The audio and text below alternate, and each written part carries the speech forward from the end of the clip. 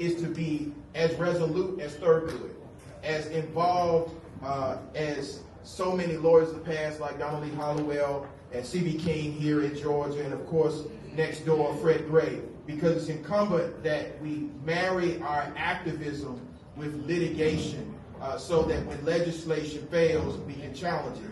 An example is we fully expect that there will be laws passed this session that we will have to challenge. We understand that there are going to try to have tort reform. And what that means to anyone is to limit the ability of private citizens to bring their cause of action and cap the damages. And so when you hear the governor talking about tort reform and lowering your insurance rates, he's not actually talking about reforming it in a way that will protect the most vulnerable Georgians. Think about it when you have a car accident, or you have a medical procedure that goes wrong, or you end up in a wrongful death action. The governor would have us cap that. I think the latest proposal is at $350,000 on punitive damage. I want to say that again. A cap of $350,000 on punitive damages. That means if, God forbid, your mother or your father has an operation and they don't survive the operation, they're capped at $350,000. You can't put a value on a life. And that's why it should be incumbent on juries to make the ultimate decision on what damages are. And if that makes the insurance lobby feel a certain way, listen, the purpose of insurance is to pay out when there's a catastrophic event, a life-changing event. And so when we really are talking about insurance premiums, we are talking about the amount of profit the insurance companies are making. And so we have to keep an eye on that. I fully expect that they will be arguing that and may possibly pass a bill on that. We may have to challenge that. We also hear that there are incoming laws that may try to reshape our voting rights again. We will challenge those as well. There are a lot of issues that are happening across the street that we will lobby against, but we have to remember that we have a litigation strategy as well. That moves me to your local units. If there's an issue that you believe discrimination, some type of police accountability issue, an issue that involves a racial animus, please alert your legal redress chair or the criminal justice chair. We have partnerships, very strong partnerships, not only with the Office of General Counsel and the Lawyers Committee and the LDF, but we also have a new partnership with two of the oldest bar associations in the state, the Gate City Bar Association and the Georgia Association for Black Women Lawyers, GABWA. They are willing to look at these issues because, again, we cannot look at this in a vacuum. We have to understand that when legislation fails and when advocacy fails, then we go to court. And we like to go to court. Many of us stay in court. And so I want y'all to be mindful of that. As soon as I have more updates on our litigation strategy and how our cases are doing down the street at the Northern District of Georgia, and there's one action pending in the Southern District of Georgia. The last thing I would say about our pending lawsuits. We have to recognize that we no longer have a friend in the Justice Department. We've been here before. Most of the time, the NAACP is the Justice Department for black folks. We will have to return to that because my understanding is the Office of Civil Rights will be gutted and be focused on deportation. Let me be clear. Civil rights apply to everybody. Last I checked, the Constitution applies to everybody, not just rich white men. And so we have to understand that we will be fielding calls from all over the state. People are looking for a new Justice Department that will make sure that the Constitution is followed. I'm literally on the phone with the Office of General Counsel so much that me and Jeanette are on a first-name basis. We will continue to do that, and I will continue to update you on our the progress of our lawsuits. and they're with our Legal Defense Fund. So thank you so much for coming, and we need your support. All right.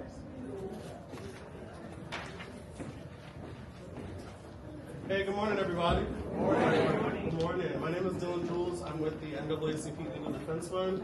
Also allow my colleagues to introduce themselves. Hi everyone, my name is Mia, and I'm a Program Associate at the Legal Defense Fund on our Black Voters on the Rise team. Good morning, I'm Gary Spencer, Senior Counsel with LDF, and I'm a member of the Georgia NAACP. So I want to bring greetings from our Direct Counsel, Janae Nelson. Just give a little background on LDF. We're the Legal Defense Fund, founded by Thurgood Marshall, first Black Supreme Court Justice, cases like Brown v. Ford, desegregation case, and we really combine law, policy, research, narrative, and people to defend and advance the dignity and citizenship of Black people, really focused on a few pillars: economic justice, political participation, education, and criminal justice. And I'm specifically on our voting rights team, so we'll talk a little bit more about our work there and our work across Georgia. So it's really good to be here. Some of you, I'm familiar with some of you all. I know Gerald Grant for a long time. I see my friend Montina Young in the back. I met some new friends from Rome today. Of course, the Legal Defense Fund, we work with, Vivian and I were in lots of meetings together last year, working around voting rights. And so we encourage you all to keep your work going. We will keep working. We have a hub. We have an office here now as our Southern Regional Office. We look forward to continuing our work with you in the areas that Nia talked about. And I have some cards later on that I'll leave with everyone.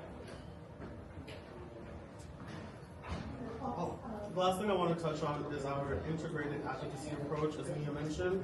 So we work in litigation, so we're also partnered in SB 202 litigation and other lawsuits for the state of Georgia. We're also focused in the legislative session with policy, so from bill analysis, bill tracking, to also meeting with legislators, promoting our bills, and making sure that we have some more protections within our community.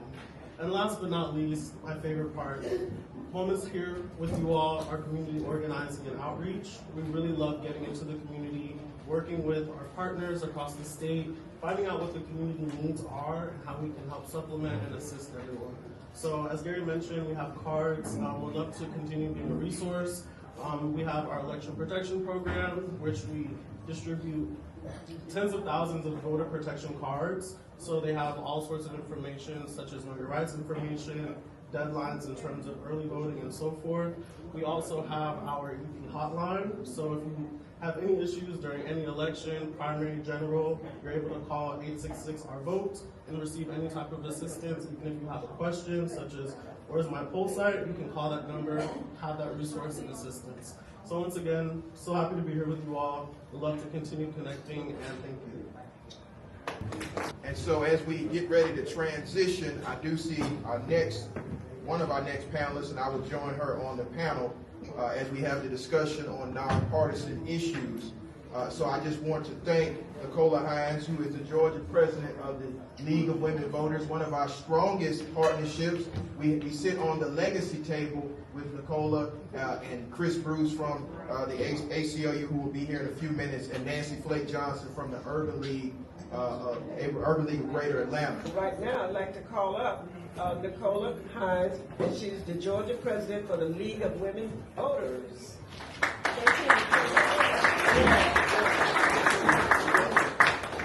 Good morning, everyone. It's cold outside, right? This weather, right? Last week was 70 degrees and sunny, and now we're rainy and 40. But as everyone said, I am Nicola Hines. I am the president for the League of Women Voters for the state of Georgia. We currently have 13 local leagues within the state. We oversee about 26 counties. We are trying to grow, so if you are interested in growing a local league, at the end you can come talk to me about that, because we actually need bigger voices across the state. Interesting enough, League of Women Voters has been in the state for almost 105 years. I am the second Black president in 105 years. Wow. The one before me is only 2 presidents ago, so that's less than 10 years ago. So we have a lot to do, especially when it comes to the Black community. And you know, the League's mission overall is to protect voters and fight for democracy. And I truly believe that.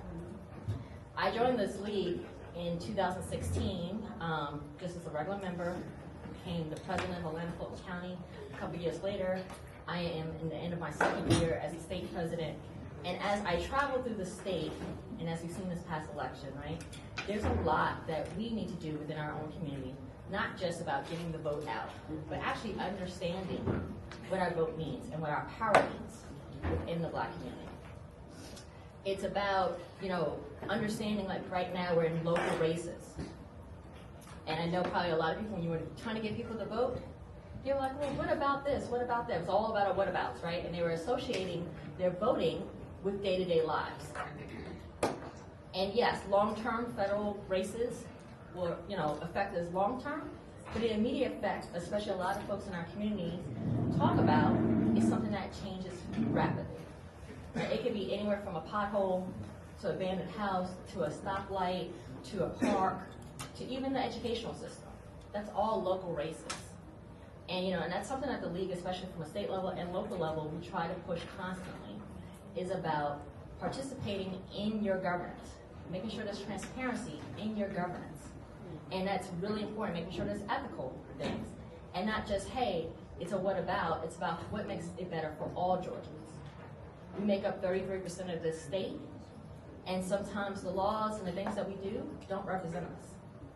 And so that's when we have to get involved. You know, actually, I just walked from City Hall because there was no parking anywhere else. But people don't even realize that we live in the city of Atlanta. City Hall is just across the street. The City Hall. Fulton County's commissioner's offices are just 2 blocks away.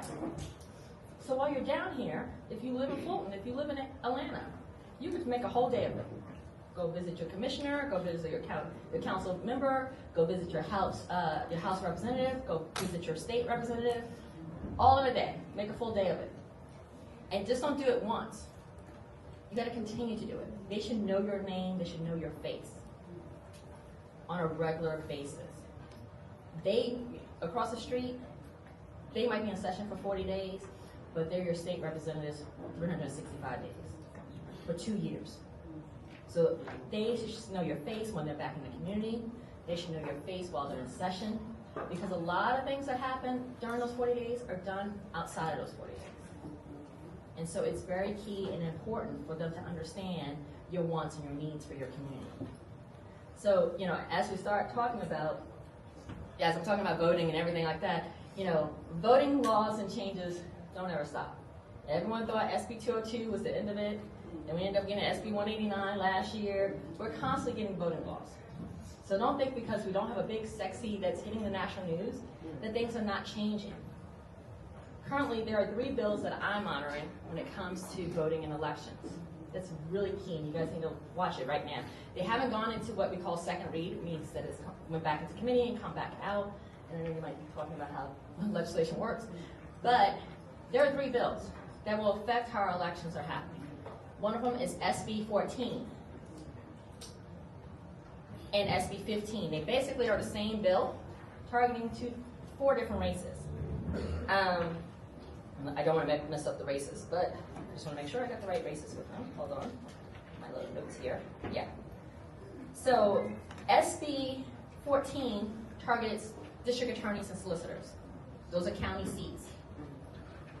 SB 15 targets commissioners, and they're making them nonpartisan. That's what these bills will be, making them nonpartisan. So that means there'll be no I, no D, no R against the names. Do anybody understand or know why nonpartisan races are not good for the people? No, it's not even about May. Anybody else? Nonpartisan races are least attended. Somebody want to say something? Yeah, really complicated. Okay. They could say they're nonpartisan. Huh? They could say that they're nonpartisan, Right. but then they actually lean toward the specific party. Exactly. And so, if you're voting on a nonpartisan basis, then maybe a Democrat, the That is correct, and that's another reason. Most people vote based off who's on the ballot, based off party alignment. So when you don't know a party alignment, you don't know what their main purpose is, where they mainly align with, right? So then, as you stated, you can vote for someone and say, oh, they had a great campaign, saw a whole bunch of flyers. Like I said, I live in the city of Atlanta, so with the special, we had a special election with Post 3. And, people's like, wow, that was a blowout for, and then we ended up with a runoff, and it flipped. I said, well, it was a blowout because I can tell you right now, one candidate, I've seen about 10 different flyers come through my house, different sizes, different pictures. It was name recognition. Then the candidate who was in second place, what did she do during the runoff? She started blasting postcards. So then she became name recognition. And that's what happens. So if you have a lot of money in your campaign, you can get name recognition and win a nonpartisan race. But that doesn't mean it aligns with your community. Because unless you dig deep, and we know today, most people don't dig deep, right? It's all sound bites and top lines and whatever TikTok is telling you who's good and not good. That's all we do. So you might now vote for someone who doesn't align with your priorities. That's number one reason why nonpartisan races are not good for the community. And I was about to say, also nonpartisan races have low voter turnout. So where the money goes is what's going to show up. Whatever candidate, regardless of party alignment, is what's going to be pushed ahead. So if I'm nonpartisan, but maybe I lean red, guess what? My party's going to push my agenda. And people are going to be like, oh yeah, let me go out and vote. So those are the main reasons. So those two bills right now, what it means by first read is that it was introduced. They actually have a number. They're introduced. They have to go back to committee, but those are something that we're looking for. The other one is HB 215, which is very interesting, considering that for the past 8 years, we kept on hearing about voter fraud, right? People are voting that shouldn't be on the polls and, all this other stuff. For the past 8 years, we've been hearing this. HB 215 is actually stating that they want to remove us from multiple state election verification systems. The main one we're a part of is called ERIC. Most states use ERIC. So it's a crossover of saying, hey, myself, Nicola Hines, I'm in Georgia. Georgia works with other states to make sure I don't have a primary resident in another state. The 215 is stating that they don't want anybody from a state level agency to participate in any of these systems. The reason why I'm looking at it, once again, it hurts our voting polls, right? It hurts our registration list. We're already getting scrutinized. People are already saying that they're not accurate. Multiple lawsuits, NAACP, and I think the League of Women Voters and ACLU, we always sue. Like, we're constantly suing people, right? And I know last year I was constantly either interfering or suing about voter challenges. This is opening it up more, but what's even more scarier, there is a company called Eagle Eye, and at the end it's AI, that they are not using databases that are accurate. Basically, in short terms, they're really just using stuff that's on Google. Because they don't have access to Social Security records, they don't have access to updated DMV records, they don't have access to any of those stuff. But they are trying to infiltrate into the state of Georgia. They did a beta test in Columbia County with it, but they kept using their role. It did not work. But they're trying to use this to say this is the reason why we should be taken off of the registration polls. Once again, this is a bill that's just been in first read, but we want to look at it, right? We're only, 2-3 weeks into, we're about almost a month now between the two administrations, right? It's like, I don't know where we're at right now. But yeah, so we're about a month in. Crossover is next month, meaning that bills will go over into the next chamber. But so that means that these bills can potentially come up, go through the process, and then be voted on. So I know for us as the League of Women Voters, we have a ton of stuff that we look for. I tell my board all the time, we can't take over everyone's mantle, but so election is our main thing. We're constantly looking at women's reproductive rights. There is a bill out there about when life starts. That's another scary one. They're trying to say from conception is when life starts. So there's a bill like that out there. We are following mental health bills. Obviously, we're looking at overall health bills. There's some good bills, right? There's some bills that are saying that they want to support maternal mortality rates and supporting hospitals and stuff like that. So we are, looking at those bills and making sure those good bills come through. We don't always have to be naysayers, right? We always don't have to be going and be like, oh, I hate this bill. Let me go and testify about it. We can go and testify for the good bills too. And testifying is great. That's make sure voice know. Remember I said they should know your face. That means in their office, in front of their committees. And so if you see something that sounds good, you need to go and tell them, like, this is a good bill. How can we help get behind this? How can I let the community know we want this? So yes. And just FYI, Burns, great leader across the street, sarcastically.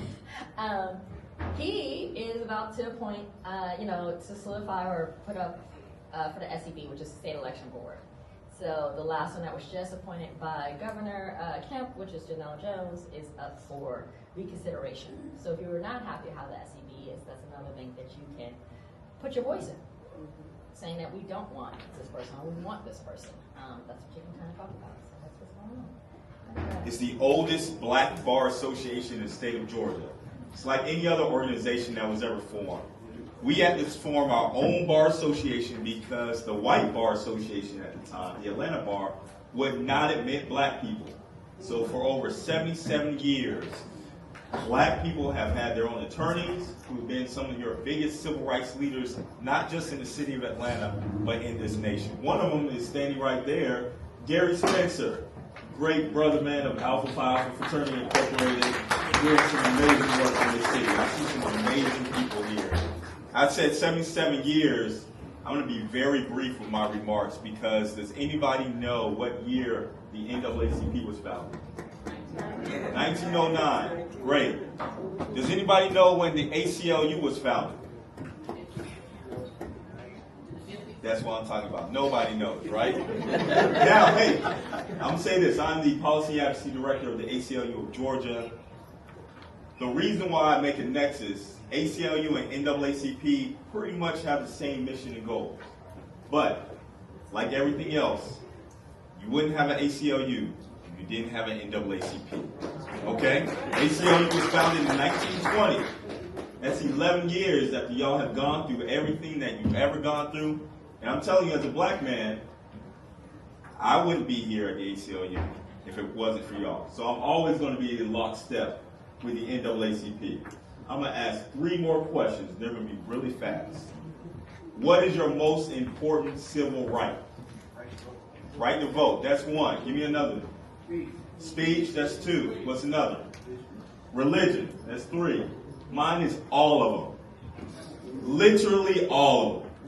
And I'm going to tell you what, Georgia, I say this to you, President, because you know it as well as everybody else. Georgia is one of 2 states that does not have a comprehensive civil rights bill. Georgia. It's Georgia and what other state? Mississippi. Mississippi. There is nothing that you want to be associated with Mississippi except football. Mississippi. It is 2025 and you still do not have, we are in the birthplace of the civil rights movement, you still do not have comprehensive civil rights in this state. You have to go to the federal government to sue on things. Why is that? You know what? I don't care about why anymore. I care about getting it done. So this year, and I just talked to the brother president, we are going to drop a comprehensive civil rights bill in the state of Georgia to make sure all civil rights are done. But again, it's not going to be because of the ACLU, it's going to be because of the NAACP. Thank you. All right. Manager for Spelman College, and I serve as the president of Spelman NAACP. Good afternoon, everyone. My name is Tristan Williams. I'm a senior communications major from Houston, Texas, and I serve as the president of Morehouse College's NAACP chapter. Yay.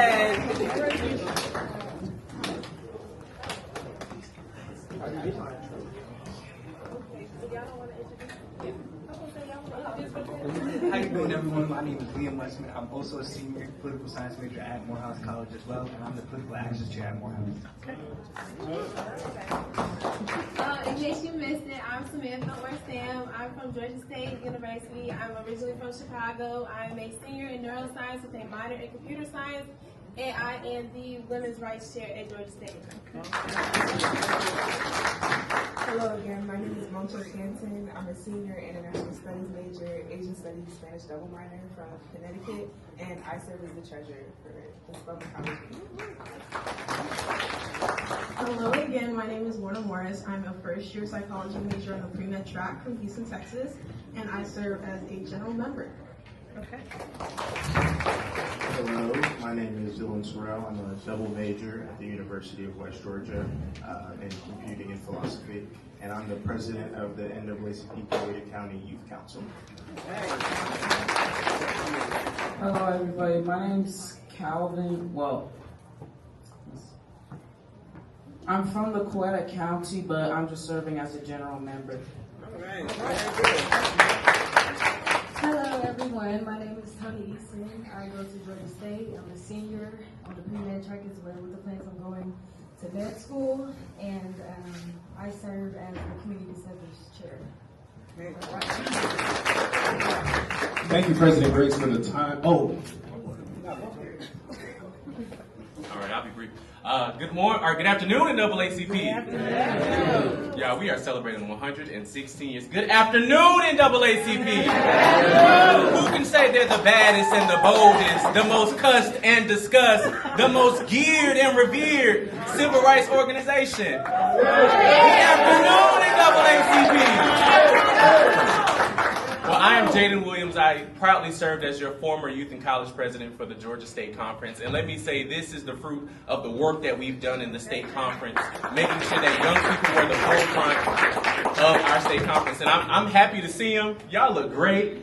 I'm glad I was able to stop by because I'm working at the Capitol with Minority Leader, but I'm glad I was able to stop by and see what we call Black excellence, especially with the administration that we have in some positions. This is what we need to fight. This is who we need to fight back, because no shade to y'all, I love y'all, but my seasoned saints, you got to step over and let us grab that hammer and let us make some noise, okay? So it's an honor to be here with you all, and I'm going to pass it back so they can talk about some of the events they have. We'll be very brief. This Saturday, we have our Unity and Diversity Dinner. This is open to any member, specifically the college and youth chapters of the units of the NAACP. We really want to take a time to just get together and, like we've been saying, organize, mobilize, and execute. That is the main mission for the NAACP. We also have a week worth of events on campus going on this week, so just know your youth and college students are on the ground, making sure that we are engaging our college students and our peers to make sure that we are all ready to take action.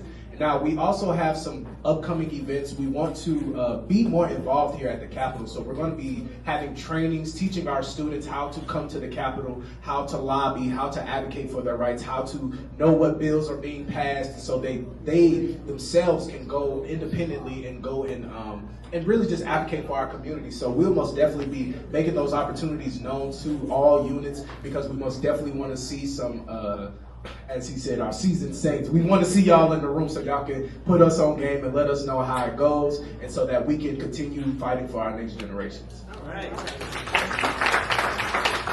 And I also wanted to preliminarily announce that the Spelman NAACP is organizing a resource guide. So we have over 100 members in our chapter, our unit, and we wanted to come together and really talk about the issues we cared most about and collect these issues in one location so that we could distribute it to youth and college chapters as well as the Georgia general body. So we're super excited about that. We should have more information coming into this week, but we have the content. We're just putting it together and finalizing it.